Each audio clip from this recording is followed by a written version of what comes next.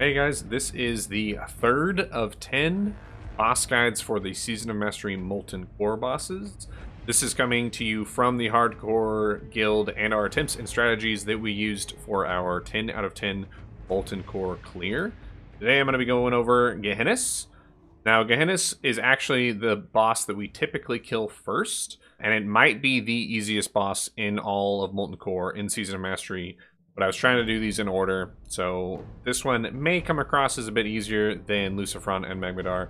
The big changes for Gehennas in Season of Mastery is that instead of having 2 Flamewalker ads, it has 4 Flamewalker ads. Rain of Fire is cast a bit more frequently, but it's still just, get out of fire as soon as it goes out. The big thing that you do want to make sure that you do on Gehennas, whether you're doing normal or Season of Mastery, is decursing. So Gehennas' curse, it's a 75% healing reduction debuff. So druids and mages, that is top priority, mostly on the tanks, but obviously on the raid as well, especially if people are bad about standing in fire. So you definitely want to have at least a druid and probably some of the mages specifically assigned to the main tank and the off tanks. Gehennas also does a random Shadow Bolt, so this is another boss where you probably want to pre-pop a Greater Shadow Protection Potion, just in case, especially if you are worried about deaths. And then the ads are sort of the big thing on Gehennas, kind of similar to Lucifron. Gehennas, as a boss, not very difficult. It's dealing with these ads and making sure that you are controlling them well, especially at the beginning of the fight, getting them positioned, and then once you get into the fight, you can focus down Gehennas.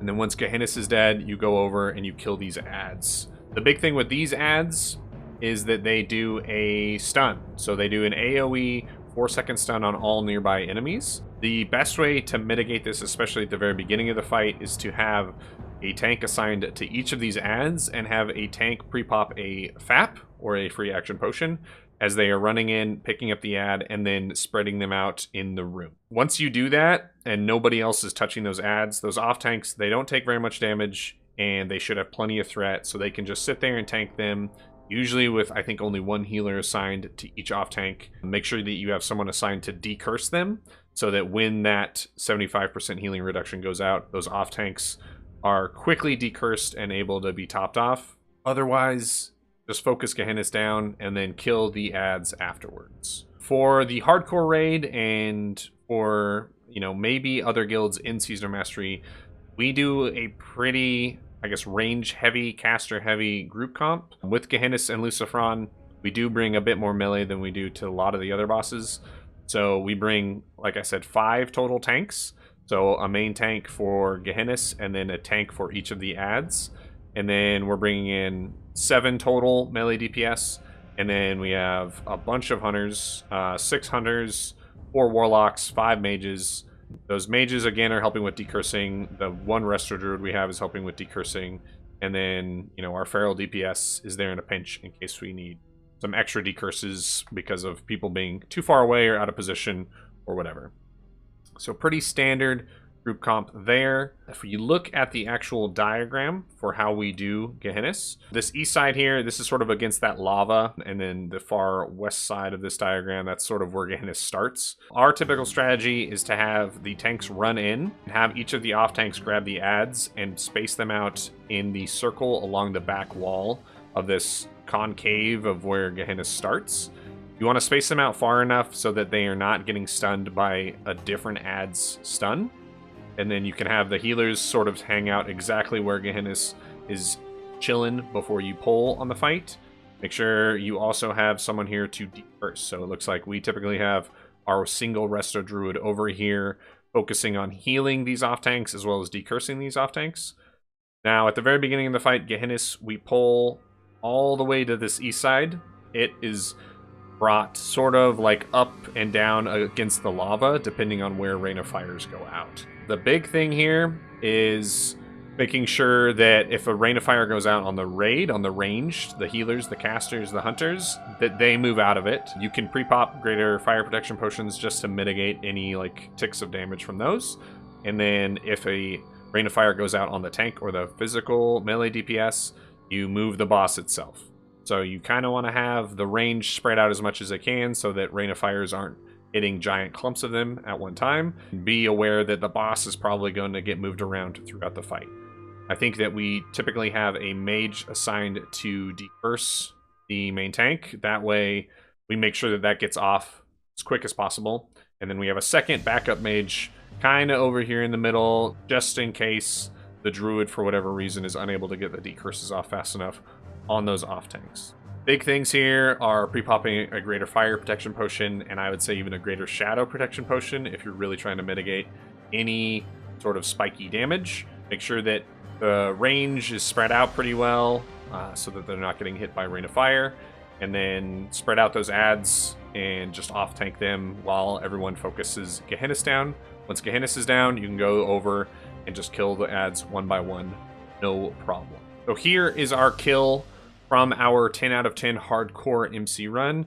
We have, I think this is our 5th total Gehennas kill, and we have yet to have a single person die on this fight. So our execution on this fight has been very solid. You're going to see here at the very start that curse goes out and it immediately gets decursed off of all of the primary targets, so all of the tanks and the melee DPS, and then it's slowly decursed off of the range DPS. Range is doing an okay job of spreading around this rain of fire. Gehennas is brought over here sort of near the edge by this lava, and you're going to see they're just going to hold Gehennas in this spot until a rain of fire goes out on the melee. Once range have rain of fire go out on them, gotta move out of it. That curse going off, again, priority is decursing on this fight and making sure that the off tanks, the main tank, the melee DPS, everybody is decursed very quickly so that they're not taking damage that is then unable to be healed substantially. Once Gehennas is down, everyone is able to just run over here and focus these adds. These rain of fires are going to disappear once Gehennas goes down, so there's no more threat of rain of fire. Once they stop, there's no more threat of the random shadow bolts. At this point, it's just understanding that these adds have the AoE stun, and that's about it. You're going to see a cleave animation, but these adds actually do not cleave. That animation, I think, is just used to show that they are doing the stun. These adds don't do any sort of AoE damage whatsoever. So having a ton of melee run in here is totally safe. You just got to know that they're going to get stunned for 4 seconds pretty regularly. But once you get Gehennas down, it's a very straightforward, just come over here and kill the adds. It's not a very healing intensive fight. This fight is very much just about getting the decurses out and getting out of the rain of fire. Very simple, very straightforward. This is probably going to be the quickest of these boss guides, simply because, like I said at the very beginning, Gehennas is likely the easiest boss fight in all of Molten Core in Season of Mastery. After this, though, we are going to get into some more interesting bosses. Gar has some very fun and chaotic mechanics, especially in Season of Mastery, and it makes the fight, I think, one of the more deadly fights in all of Season of Mastery, even more so than some of the later bosses that people think would have more deaths. So if you've enjoyed this, or if they've been helpful to you in your guild in any way, please continue to come and check them out. Once we get into Gar and the bosses beyond, we will dive into more of the changes. Wowhead does not even have all of these precise changes for each of these bosses. So once I get to those bosses, I will make sure to dive into those changes, the things that are not going to be mentioned here. That way, if anyone goes into these bosses and they realize that, hey, there's some stuff here that seems wonky that Wowhead didn't mention, you'll be able to refer to this video or future videos. You'll know exactly what you're getting into. Thank you for watching. Have a good one. And as always, happy hunting.